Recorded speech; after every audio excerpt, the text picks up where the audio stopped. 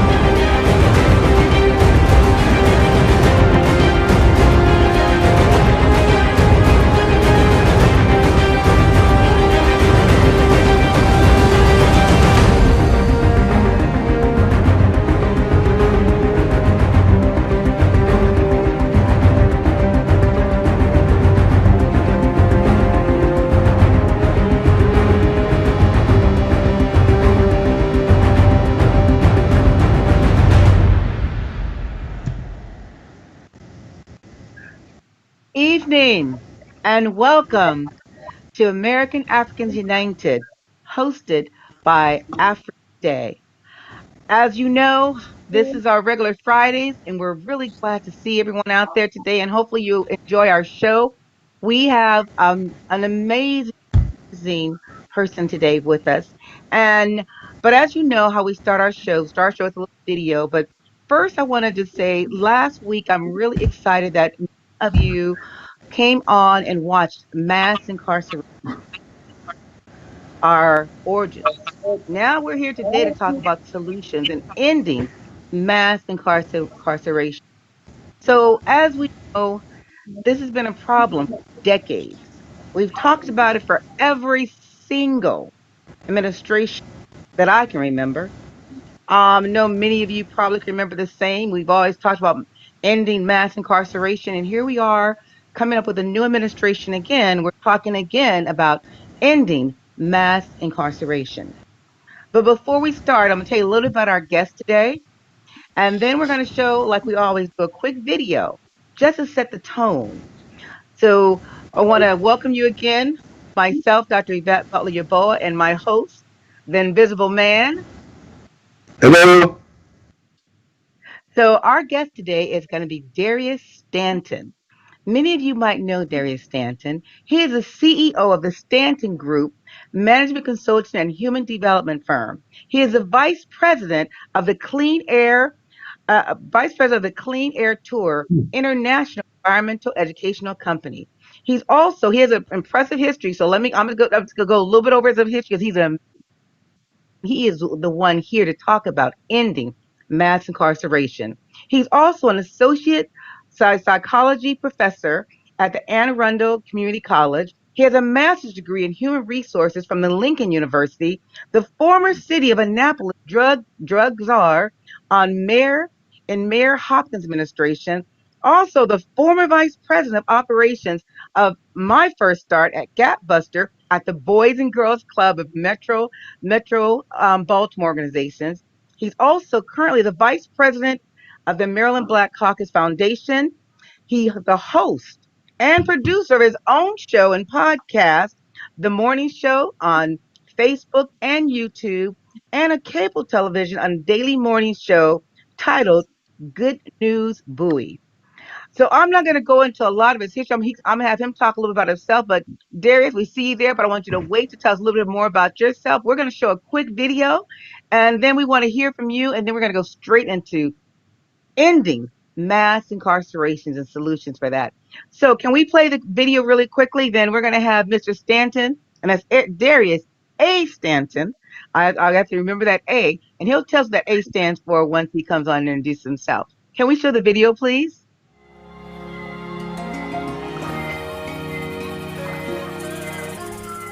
We live in a country of freedoms whereby mass incarceration of individuals, particularly black and brown people, should no longer exist.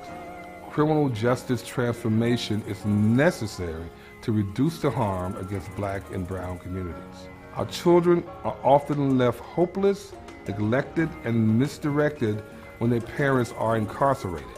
As our ancestors have done so in the past, we must respond to this atrocity by collectively establishing a national movement to end mass incarceration in the United States. Through culturally congruent practices, communal connectivity, and skilled practitioners, I believe we can heal from this traumatic experience, one person, one family at a time.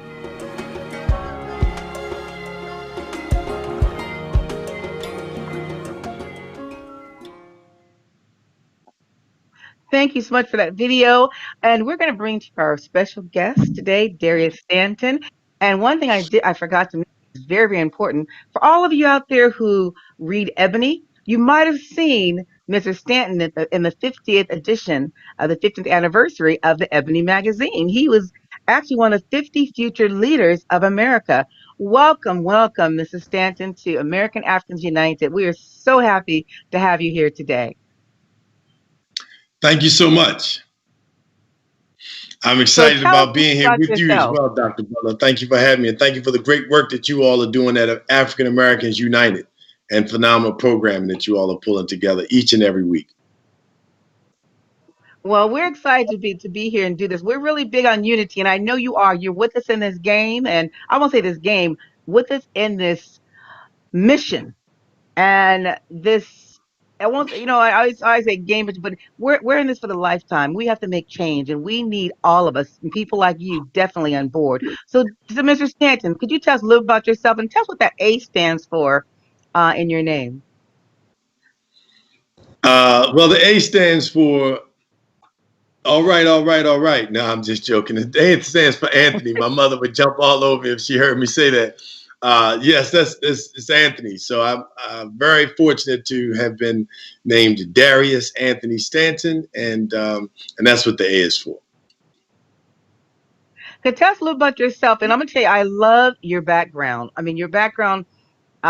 I want to, tell us a little about your background there, and I love those pictures you have. And tell us a little bit more about yourself, and then let's dive right into ending mass incarceration. So I'll start with my background. I'm from Annapolis, Maryland, and what you see behind me was actually presented to me by the postmaster, a former postmaster in Annapolis, Maryland. It is the Al-Hajj Malik Shabazz Malcolm X stamp. And that stamp was given to me by the postmaster based on just the work that our family, this past a week ago, this past Wednesday was the 60th anniversary of my grandfather, William H. Johnson Jr., anniversary along with 4 others in Annapolis, Maryland, that sat in a civil rights demonstration throughout the course of time. During that time, they were arrested and at one point, at this particular night, actually beaten. He worked at the Naval Academy at the time while he was protesting. And this past Wednesday, a week ago, was the 60th anniversary of that event. And so my father's family, as well as my mother's family, have been involved in civil rights, in justice. And so I came along as a young graduate of high school, starting to play basketball in junior college, and started doing HIV and AIDS workshops in public housing communities with my mother. And someone else from our community saw us doing it. One day I got a phone call. He asked me a few questions, and before you know it, I was working for the county executive at 19 years old, going up, pushing the floor, the elevator to go to the top floor, and everybody's looking at me like, where is this little boy going? This suit that was too big for me because I really didn't have a whole lot of my own, and started working throughout the county, in Anne Arundel County, doing drug prevention. We started programs to stop drug dealing and to stop people from, coming into our communities and buying drugs. And then I got promoted to the drug czar in the city of Annapolis, as you mentioned, and I was the youngest drug czar in the entire country at 21 years old. And so I want to thank, Mayor Hopkins at that time was the mayor who saw something in a young 21-year-old. And I was on the cabinet with the chief of police, the fire department chief, the planning and zoning, finance. So it gave me an opportunity to learn how to run municipalities, how to run governments. And so as a result of that, my life from there went on to work at Boys and Girls Clubs, where I ran Boys and Girls Clubs in Annapolis, Anne Arundel, where we met, fortunately, at Montgomery County Boys and Girls Clubs, and then to the District of Columbia with the Police Boys and Girls Clubs as regional vice president, and then over to Baltimore, where I ended my Boys and Girls Clubs career with the Metropolitan Police Boys and Girls Clubs. And we started a very powerful program there that just ended this year, as a matter of fact, after 12 years of being in place. I'm sorry, after 10 years of being in place. And that was the Boys Club in the Baltimore City Juvenile Justice Center. Do you remember the show called The Wire? I do. I loved it. Well, The Wire, there was a place there called Baby Booking. And that was the Baltimore City Juvenile Justice Center. This is, and still is, the detention center for juveniles in the city of Baltimore. And unfortunately, Baltimore has the distinction of being one of the most violent cities in the country, not only for adults, but also for juveniles, and has led the nation in juvenile homicides, probably something close to 10 or 12 out of the last 20 years. Well, in this particular facility, we created a program where there were boys, 98% of them African-American males between the ages of about 11 to 18 or 19 years old. And there were about 75 incidents of violence a month in this facility. Once the Boys Club came in, we were there 7 days a week. We had trained staff that were from all walks of life. And the incidents of violence went down from 75 a week to about 12 a week. 75 a month to about 12 a month.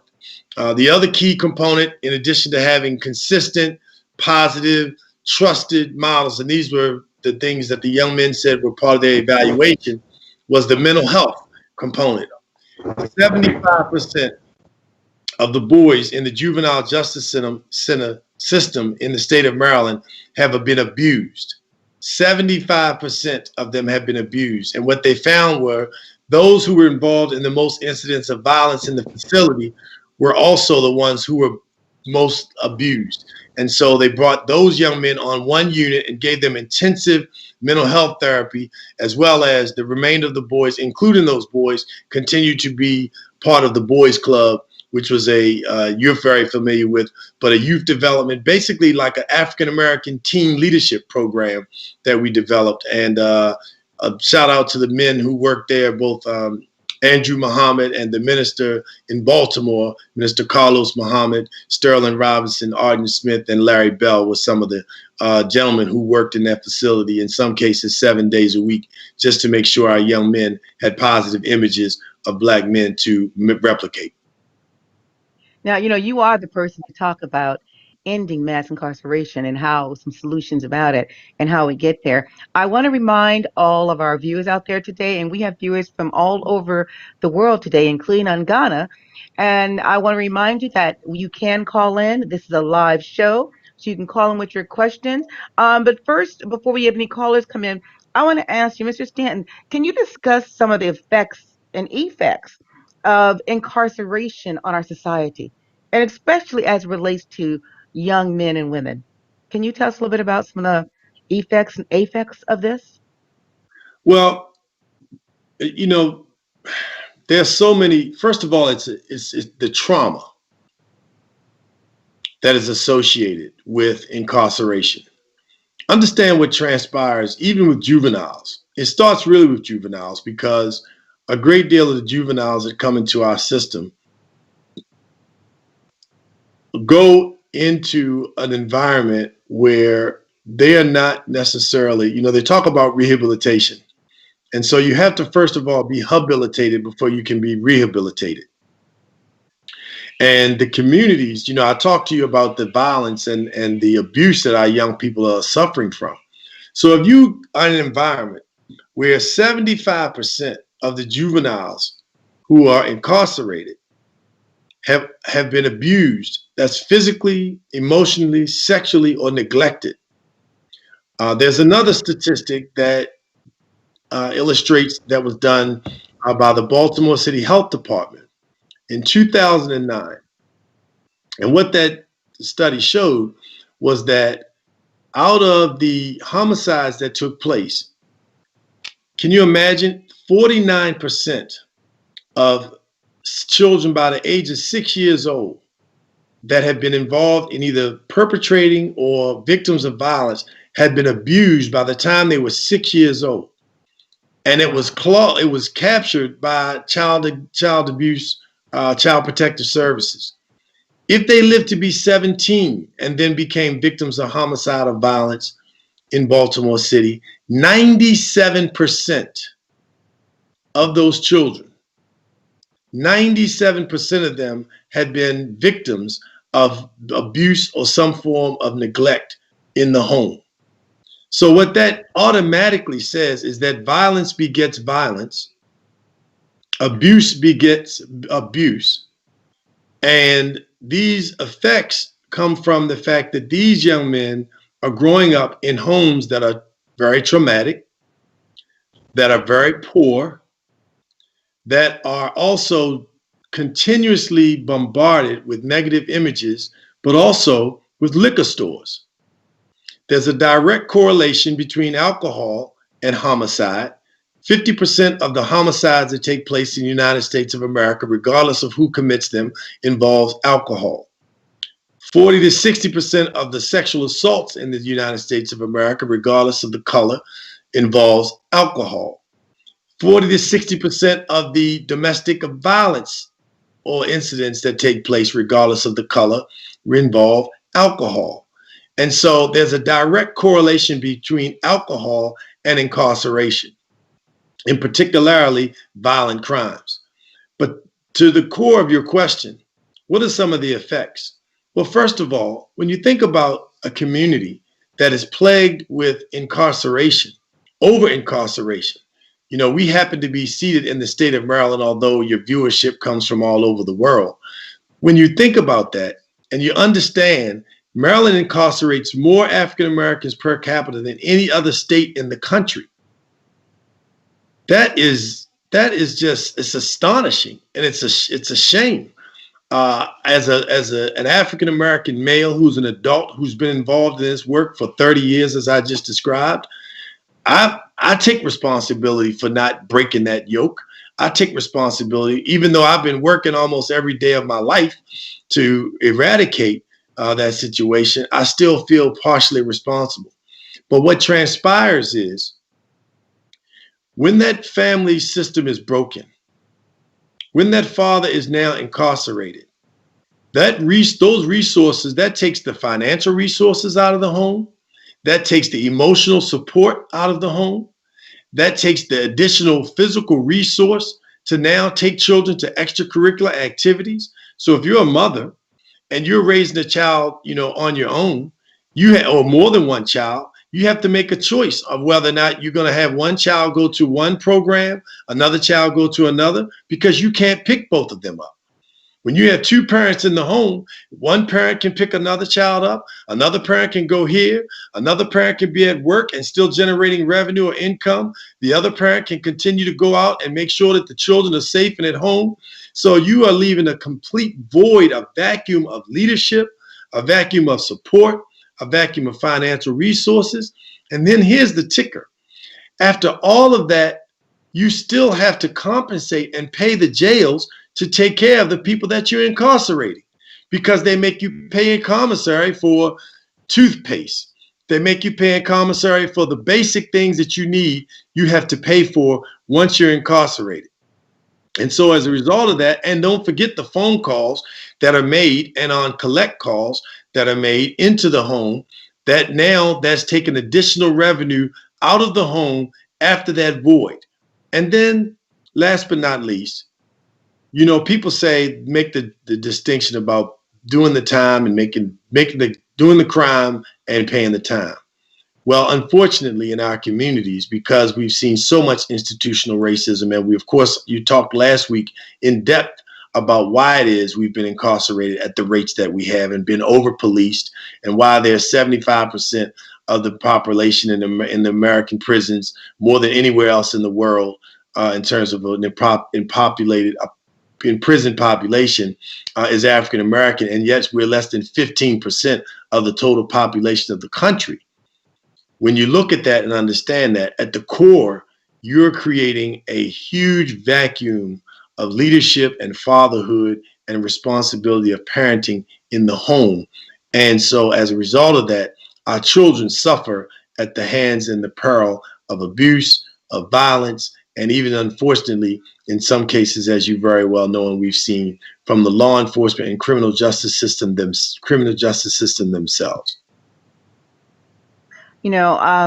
Some of those figures are so alarming and they're so disturbing. But before we get on with some of the solutions to ending this, and because I'm all currently about just moving in a direction where we are now putting things in place and making them work, because we've been talking about this for decades.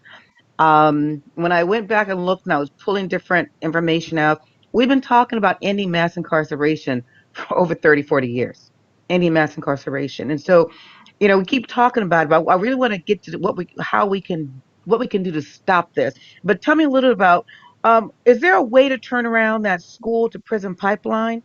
And what does it really take? Well,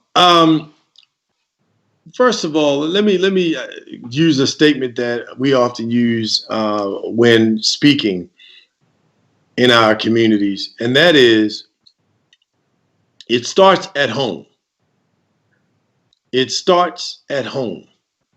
And I say that because when you think about what's transpiring, we have to impact and start with the families. We have to impact what transpires in the home. If you heard the statistics that I provided you with regard to the amount of abuse and neglect to those children and what transpires there. And so the first thing is we have to be able to address the home. Now, one of the reasons why the home is so depleted is because of the amount of trauma, and hurt people hurt people.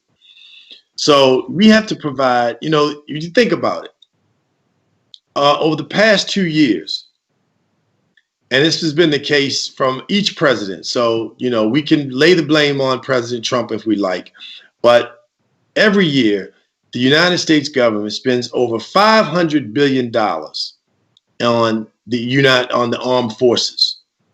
I believe this year was close to $670 billion. The last year was close to the same number.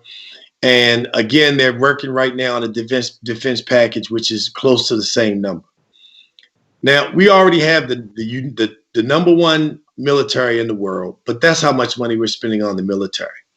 And then when you think about beyond the military, when you look at the amount of incarceration and the money we spend on locking people up, do you know that to lock up just one juvenile, They spend anywhere from $120,000 to $180,000 for up to 8 to 9 months of rehabilitation for that juvenile. $180,000 per child.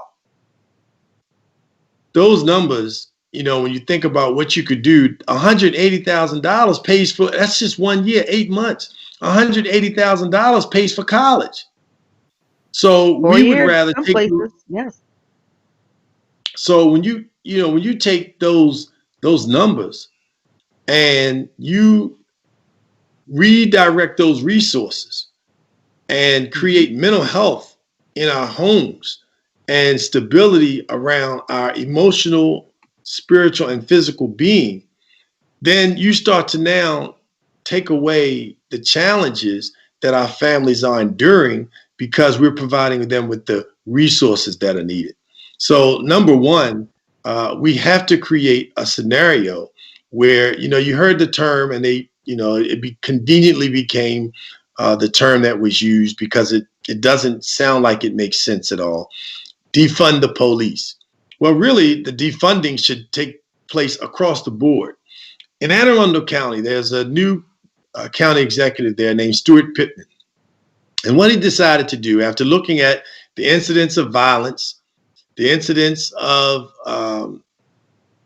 mental health, the incidents of substance abuse, and the incidents of racism in Anne Arundel County, he decided to create something called a health-based budget. A health-based budget. And what a health-based budget is, it means that every department in the entire Anne Arundel County government, when they submit their budgets for the upcoming fiscal year, they are asked to make sure that everything that they do has a positive impact on the health of the residents of Anne Arundel County.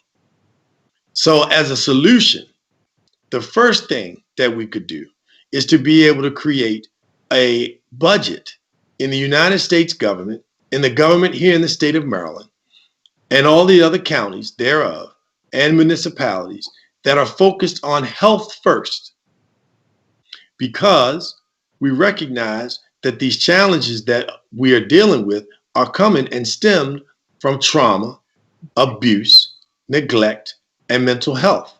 And so, Now, in order to change these environments, before we get into all the solutions now, we have a caller. 'Cause okay. remember, but I want to take this caller, but then I want to get into solutions. We're after this caller. And then that whole school to prison pipeline caller, can you please state your first name, where you're calling from, and your question, please? And we can hear you. So make sure you turn down any devices that you're using. But I want to take this caller, but then I want to get to solutions. We're after this caller.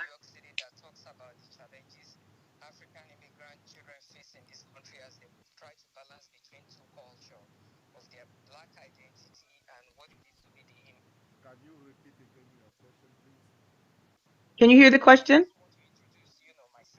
I didn't hear the question. No, we can't hear the caller. There's the caller's voice is too low.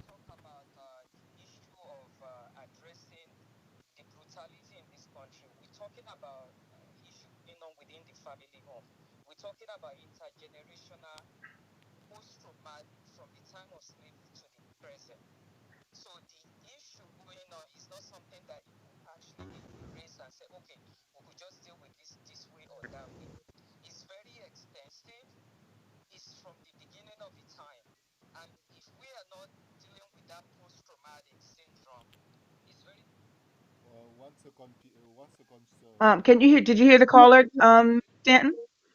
I did not. Okay, I know the caller's from New York. Is there any way possible we can get a little more volume on the caller, please? We can hear him very mildly, but if we can get the caller to be online, we cannot quite hear the caller. I know he's from New York, and he has a question about immigrants, um, immigrant communities. Can you please? I'm sorry for saying. Can you please repeat your question, caller? We're having a hard time hearing you.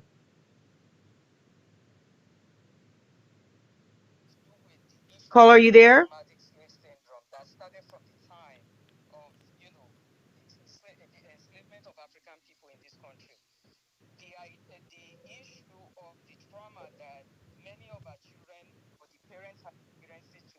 far beyond, it's over 300 years. So how can we be able to find culturally sensitive therapists that will be able to address a lot of this trauma that many of our children are exhibiting today? And another thing that I see, what is going on within African American community or people of color, there's lack of connection between the older generation and the younger generation. I've seen that many adults have become so fearful of our own children to the extent that we are not even pulling them close to us and let them feel important. The system created has helped us to portray our children through the media that they are monsters. Okay, so caller, can we get your first they are part of not the somebody question to be talked to.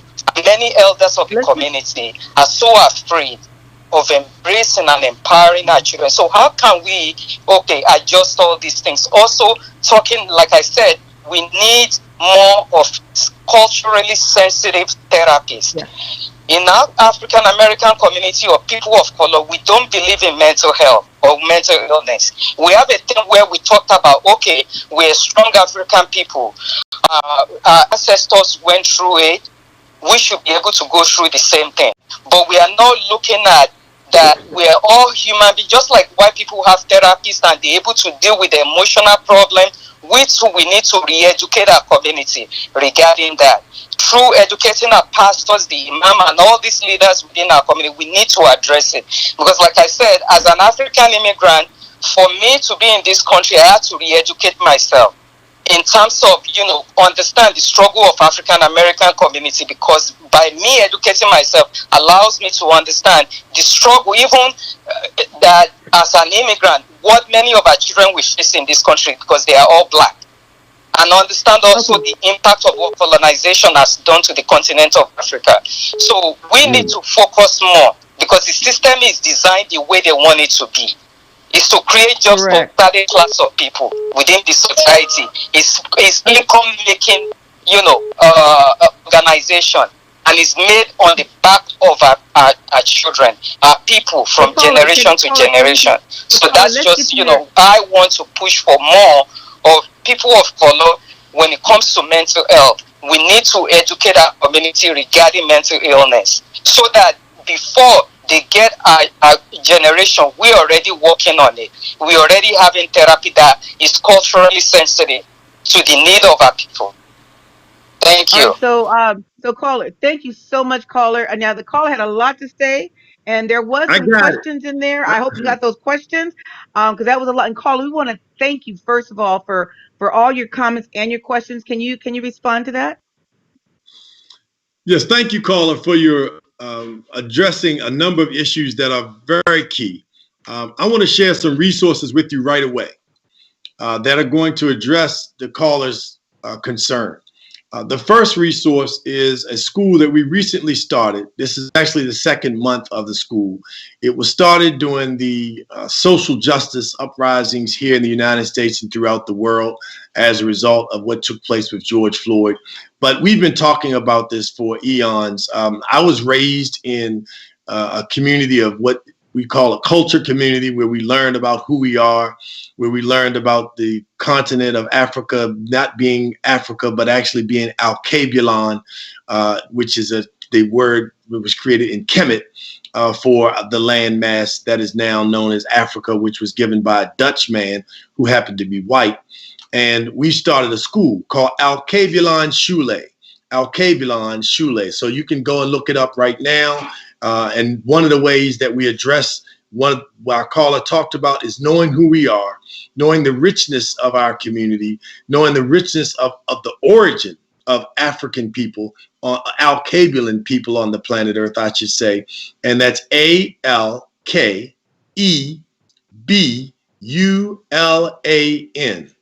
Let me do that again. ALKEBULAN, Shule, SHULE.org. We'll put it in the chat, but that is the name of the school that we created. It currently just runs once a month on Saturdays, but the purpose of it is exactly what the caller talked about. Knowing who we are as a people, but not just us knowing who we are. When you think about it, and Dr. Butler, you asked this question earlier in the beginning of the show, the impacts, the effects and the effects.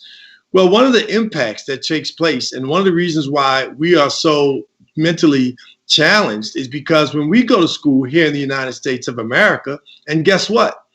I understand, because I have not gone to school myself, but I understand from students who go to school on the continent of Okaru-Bisant, on the continent of Africa, is that they're not learning about the history of African people.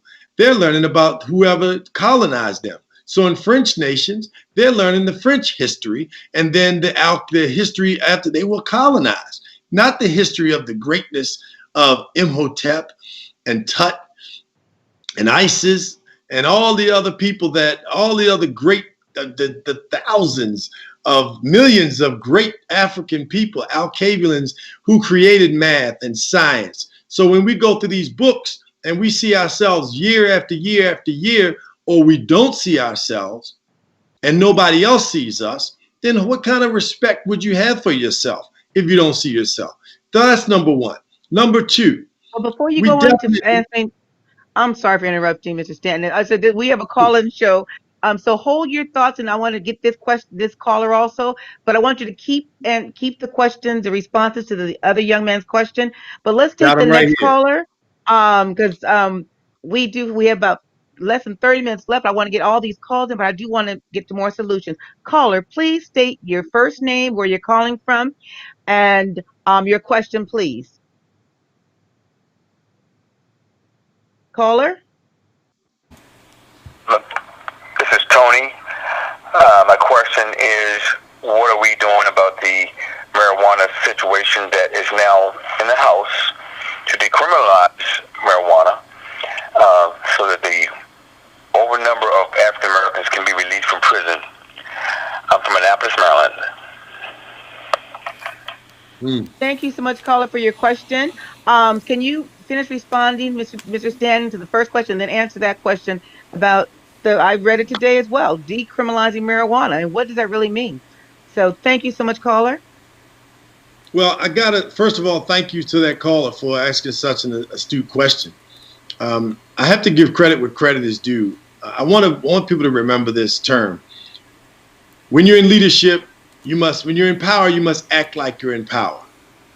And I want to shout out to the queens in our communities all over the country and the world, for that matter, including yourself, Dr. Butler, who's been educating our young people for over 30 years and really doing just a phenomenal job in making sure that they're connected to their roots. You've taken children from here to the continent. You've helped to create exchanges. You're building schools right now in the continent in Ghana. And so thank you for you and the work that our good brother Ikoba is doing with African Americans United. But to the point of the caller, there is a state's attorney right now in Maryland, at Baltimore, Maryland, named Marilyn Mosby. And she said that she would no longer, this year, she would no longer press charges against anyone who was arrested for marijuana, for carrying marijuana in Baltimore City. And she got a lot of pushback from a lot of people. But she said, to your point, caller, if we have people in position that are now going to be actually able to buy, first of all, through medical marijuana, you can go buy medical marijuana right now. Okay, so that's number one. But number two, when it becomes recreationally used and legal, and as small quantities now you can carry in Maryland without being arrested. But if that is the case, she already took a stand. And so first of all, you have to have people who are in legislation. You have to have people who are in power as state's attorneys, attorney generals, as in Carl Racine in the District of Columbia. And the people in the community have to not just stay involved when it comes to voting and for a presidential election, as we did and turned out in such strong fashion, but we have to stay involved. And you have to make sure that you go to every city council meeting, you send people to the county council meeting, you send people to the legislature in the state of Maryland, and you call your delegate and you call your congressman today, and you email them today or tomorrow morning, and you say you want to make sure that the people who were incarcerated, that those placed people are released, and there's a plan. President-elect Biden has a huge responsibility for being the Pied Piper of the crime bill, which was the bill that created 3 strikes you're out. And you talked about it last week on your show. But the responsibility that he has is all those people who have been over incarcerated for the periods of time that they have a smooth transition back into society that starts first with reducing the trauma and mental health and providing mental health support so that then when they come back into society, they're already primed and ready and prepared to be supported. But they also have to have that mental health support on the other end. And so to the caller's point, in order to really address those people, you have to get behind people who are taking the stands now, that are in position, that are being empowered, because they're being attacked. They're being attacked on every hand because they want to see the numbers of incarceration delineated. And so they need your support. So when you see people like Marilyn Mosby, the Attorney General in Baltimore City, donate to her campaign, write letters to the editor, make phone calls and send support letters to everywhere you can, and make sure that people like her stay in office and that other people are groomed to be in the position to be bold when they get in those positions, because they're going to be voting on it very soon. And you need to make sure we have that another call. they legalize it, that they make sure that they create a plan and a strategy for bringing those people home who were incarcerated for something that they now is going to be legal. Thank you so much. We have another, this is a hot topic. We have calls coming in back to back. So if I interrupt you, please forgive me. We have another call. Caller, please state your name, where you're calling from, and your question quickly, please, because we want to get to all the questions. And Mr. Stanton, he's talking about vote, vote, vote, and get out there and make sure. Once I want to mention. My name is Tony. I'm asking a question. How will the marijuana decriminalization affect our African American students?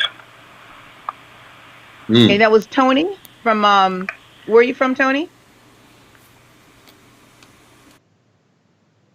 All right, so go ahead. We can take that call. It's another call about marijuana.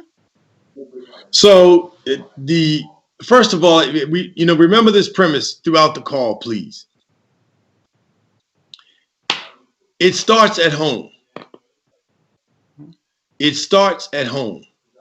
So I was at about 9 or 10 years old. We stopped. There was no more meat cooked, prepared in my home. And so at this point in time in my life, as a 50-year-old man, I am still not eating meat. My children are not eating meat. Okay, we did not feed them meat, my wife nor I. The reason being is because my mother taught me, she didn't say, no, you can't eat meat. She taught me the reasons for the why. It's called critical thinking. And so we have to teach critical thinking in the home, in our families. And if you want to start a program, if you want to invest in programs, don't give your money to Planned Parenthood. Okay? Don't put your money there, because you want to put your money in programs that are going to support programs that are building families, that are teaching families how to eat, that are teaching families how to educate themselves, that are teaching families how to use critical thinking skills, how to do research. Because once you teach children how to research, then they'll be able to make conscious decisions themselves of whether or not I need to be smoking marijuana, whether or not I need to be eating a certain type of food. When I start to look at labels, I'll start to see I'm drinking alkaline or water here, but you start to ask key questions. What is red number 4? What is red number 5? What is high fructose corn syrup? You start to ask key questions. So in order to prepare our children for what this looks like, we have to prepare the homes to teach our families how to educate their children. And what better time now when they're having to homeschool their children anyway? Oh, this is true. It's a great time. I think we have another caller on the line. Caller, can you state your first name, where you're calling from, and your question, please? I think we lost one of the other callers. If you've gotten disconnected or anything, do call back in. We'll put the number up there. We'll take a few more calls in. But as we get other callers on the line, Dr. Yes. Butler. Hello, Mr. Stanton. This is the Invisible Man, and I have a question. Yes, sir. Let's go back to your days at the Boys and Girls Club. I understand you are known as Peace and Love. So my question is, in terms of peace and love, how does that play out into bringing young people into understanding how to live a life that is morally upright? Because I think that's the answer to what we're saying. It doesn't matter what happens, thousands, 10,000, 100,000. What matters is what's happening today, what they see, and how does peace and love play into the epitome of exactly who we are now and what we can be. I see why they call you the invisible man, because you know how to get inside people's minds and pull it out of their heads. Come on with it. Well, actually, that is a very profound question. So, yes, they do call me Mr. Peace and Love. And the reason why they call me that is because at the beginning of my speeches, in the beginning of my phone calls, I answer the phone and I don't say HELLO, because I believe in speaking what I want to see come into existence. And so what controls our young people's minds? The reason why we started a television show called Peace in the Morning, and the reason why we started another television show called Good News Buoy, is because we wanted to promote positive images and places and people and activities and solutions for people to see. And in order for our children to do differently, remember what I said earlier about the violence and the illness of mental health and the trauma that our young people are experiencing in their homes. Well, we have to change that. Right now, the number one song, well, actually a few weeks ago, I'm not sure if it's number one this week, but one of the number one songs on Billboard Top 100, not hip hop, not rock, not just R&B, but all music. The number one song was a song by Cardi B called WAP. Don't even say it. I won't even say it. Dr. Butler to talk and the about reason it, I would not have so Dr. Butler fall off her chair here on Afrique Today. It's offensive. I wanted to talk about it. But the reason why it's important for us, there's a gentleman by the name of Jeremy Newkirk. Look him up. Newkirk. He started something called GoVirtualGreen.org. That's GoVirtualGreen.org. There's another gentleman by the name of Dr. Bruce Purnell. That's Purnell. He started an organization called Love More. Now, the reason why I bring these gentlemen up is because it's important for us to create positive images for our young people. We can't keep listening to music that promotes killing and then expect our children to go outside and treat each other good. We can't keep promoting music that shows women constantly stripping and showing their bodies and promoting WAP when we have over 60 million children have been aborted in the United States of America. 60 million black babies have been aborted in the United States of America. So we can't afford to continue to put negative images, negative music. And the question is, how do you stop that? Well, when you hear these songs on the radio, call the people who are advertising and say, we're not going to buy your products if you keep advertising on that radio station. How do you think that Washington football team changed the name from Washington Redskins to Washington Football? Because Nike, FedEx, and Bank of America called them up and say, if you don't change the name, we're taking our name off of your stadium. We're not going to advertise with you anymore. So if you want to change what's transpiring in the music that our children are listening to, BET, Black Entertainment Television, that is now owned by Viacom, you have to do the same thing. Call them, write them, tell them we are no longer watching your television show. We are no longer subscribing to you on cable. We will take you off of our cable if you do not change the music, change the lyrics, and the radio and the record companies, Sony and all the others, Capitol or any other ones that are promoting what they call gangster rap. If they continue to perpetuate it, if they continue to pay people to play it and make it, we're not going to buy it, and we're going to boycott any company that supports your music or your industry. Thank you so much. So we're gonna actually see if take a few more calls, but so can we have the number on the line again? I want to tell you talked about parents and what parents actually need to do. Can you now talk about what community representatives and community organizations, what is our responsibility to ending mass incarceration? And then after you talk about that, I want to talk about the local government and the state. What are some of the things we can do as community-based organizations and as community just stakeholders? How can we stop mass incarceration? Well, unfortunately, mass incarceration has become it's okay. We've accepted it. And so the first thing is we have to stop accepting the unacceptable. We have accepted the fact that we have as many African American males incarcerated. We have accepted the fact that we have more women, African American women are the fastest growing prison population in the United States. We've accepted that. And so if you're a leader right now, you can't go visit a prison because COVID has restrictions on who can enter and who cannot enter. But if you could go visit those prisons and you could see the conditions that they're living in, and you see the seas of black men, the seas of black women, beautiful, strong, brilliant, intelligent black men and women.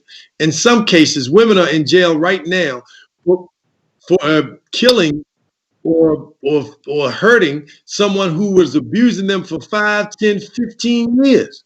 And because they finally decided to stand up and defend themselves, and which may have resulted in taking somebody's life who had been beating on them emotionally, physically, sexually, they're now incarcerated. And so we have to make it real again. We have to talk about the sexual abuse that's taking place in prison. We have to talk about the rape that's not only taking place by the guards, by the inmates among each other, but also the guards that are involved in it. We have to talk about the horror that is taking place in these prisons. And when these people come out of incarceration, they're living with that trauma. They're living with listening to a man being sexually abused or a woman being sexually abused right next to them in the hall, in the same dorm room, in the same room where everywhere they have 100 and 200 people all in one room just on cots. They had to listen to that. They had to listen to the abuse and the death or the killing and the stabbing and the shanking of people. We have to make it real because it's out of sight, it's out of mind. And so that's the first thing. The second thing is when you see people that are elected to office take positions like the District of Columbia City Council and those who voted in favor of allowing children who were 11 years old and above to take STD medications and vaccinations without their parents knowing about it. You have to get up, and the same way that they went to they had a major rally of maybe I think close to 5,000 people were on Florida Avenue for a whole weekend to not mute DC. You need to mute the city council, because there's no way it's okay for you to take the rights and of your parents out of you can't take rights away from parents and expect them to be able to do something so for their children, and have children respect their parents knowing that they have lost all responsibility for them. And so to close on the question, make sure that you get involved by going to these facilities, look them up, look at the rates of incidents, look at the rates of abuse, the violence, the sexual abuse, all these things that are transpiring, so that you know about it, and then share that information so people see it and they understand the violence and the horror. And these people that are coming back into our communities that are not rehabilitated, that are in homes with children and family members, and then they're wreaking the same incidents. It's just like being in a war and you come back home and now you're replicating that same violence in the home. Post-traumatic syndrome, it's the same thing. It's just post-traumatic incarceration syndrome. I think that's something that we never really think about and address. And I think people should really start thinking about, when you talk about people incarcerated returning and citizens returning, this whole reentry process, we should label it, post-traumatic syndrome, and then have counseling and programs put in place to help those individuals as they re-enter into the real world. So tell me also, what are some of the things that we should do as community citizens. And so the people, our audience watching, what should our local government be doing? And what kind of programs or what things should we be stressing for them to do now? And what are some of the things that we can do to help to stop it at the local government level? What are some of the things they should be doing? Well, you should identify people that are in our communities. As I mentioned, Marilyn Mosby. You have other members of our legislature that are involved, whether they're local, state, or even federal level. When you find out people who really are doing work that is benefiting our community, then you need to support them, because there's a lobby out there that created Three Strikes You're Out. There's a think tank out there that created these policies that sent people to jail for nonviolent offenses for a mandatory 20 years for nonviolent offenses. All right. And so number one is support people who are supporting people who are standing up, support them because they need your support. Number two, you have to push legislation. And the way that you push legislation is you start to do research and find out people who are connected that are actually out there promoting various agendas that are going to make sure that our community, our statewide system, has a mental health statewide program in place. There should be a mental health bill right now in the state legislature, just based on the fact that COVID-19 has taken suicides and mental health issues in the home up over 50 to 75%. The abuse rates have gone up. The sexual assaults have gone up. All the trauma in the home that was there when people were going to work and going to school, they're doing again. Thank you so much. And now that's our local levels. What do you think our states can do? What kind of policies and what things do we need to implement and help push? I know you said supporting those individuals who are supporting us, but what are some things that we can do? And I want you to also address, private prisons just quickly. Well, you want to make sure that we have a statewide and even locally. I mentioned in Anne Arundel County, the county executive there has something called health-based budgeting. So number one, you could ask every county executive in the state of Maryland to adopt the health-based budgeting model, which means that everything that they do, including what takes place in the police departments, is addressed there. The second thing you can do is you can ask your police departments, your legislators at the county level, at the state level, to start to retrain our operators, the 911 operators. Because when the police officers get phone calls, they're getting phone calls, and those operators are setting the tone for how they show up. And they need to be retrained. They need to be retooled, because if they're showing up with the mindset that there's a violent situation, they're going there already energized, adrenaline pumping, ready to take care of themselves first and then diffuse the situation. And so they need to be trained so that they can create a sense of peace and harmony and diffusing situations versus escalating them before they even get to the scene. The third thing is, everywhere there's a liquor store in the city of Baltimore, in the inner city, there are incidents of violence, because they have liquor stores almost 1 block, 2 blocks at the most from each other. But if you go into the extended part of Baltimore City, in the Upper Park Heights, in the lower South Baltimore, in the Camden area, you don't see as many liquor stores in those communities. So everywhere there's a liquor store, demand that your politicians put a mental health center, because the trauma that alcohol has caused in our communities now has to be offset by mental health counseling. So you can ask for and demand that we now create mental health centers for children and adults across the board. The other thing you can do is you can demand that we have more guidance counselors in schools. It's nowhere in the world that guidance counselors should be overloaded. If anything, we should have 2 or 3 more guidance counselors in schools than we currently have, instead of having guidance counselors who have caseloads where they can't get to children, only the children that are in immediate crisis. But all of our children are in crisis right now as a result of what they've been through this this health crisis in America. So increase the number of guidance counselors in the school. And lastly, to address your point about private prisons, understand this. Those private prisons are impacting judges.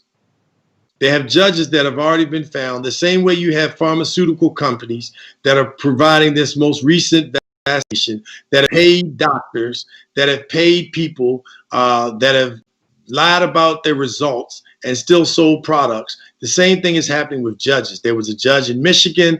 There was judges in other states that were caught being paid by these private prisons to send children to juvenile detention centers and to send men and women to adult facilities. So you have to address the private prisons by going to the people who are investing in the private prisons and tell those, all you have to do is look it up.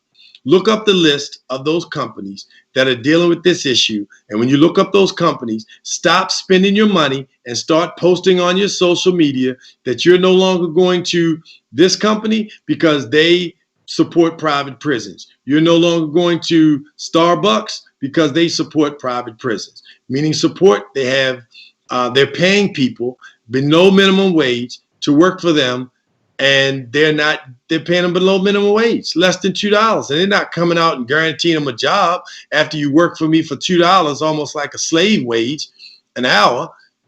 So if you want to impact it, go find out who's supporting these private prisons, who's involved in that. And when you get that list of companies that are supporting that, then you make the commitment as an individual to not only not go there, but to encourage other people to stop going there, because those private prisons are what's driving our crime, because they need more crime.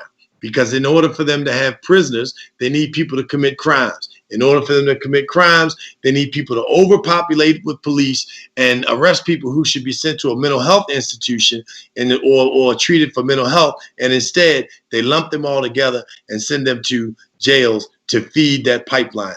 Where do you think the immigration issue came from? It's not about keeping people out of the country. It's about creating the African-American population started to delineate, and the private prisons started to sue the United States government because they were not providing the amount of inmates that they said they were going to have. So what did we do? We arrest immigrants and send them into prisons, and now you're able to backfill those places. So do your homework, do your research. All you have to do is follow the dollar, and it'll holler. Well, thank you so much. And, this has been such an informative conversation today.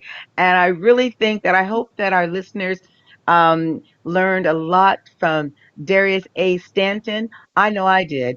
And especially about following the dollar. That last sentence of follow the dollar to help divest our interest in these companies that are supporting private prisons. Also, a major point that I want people to think about is it starts at home. It starts at home with really making a difference. And then everyone out there, please know who your local state representatives are.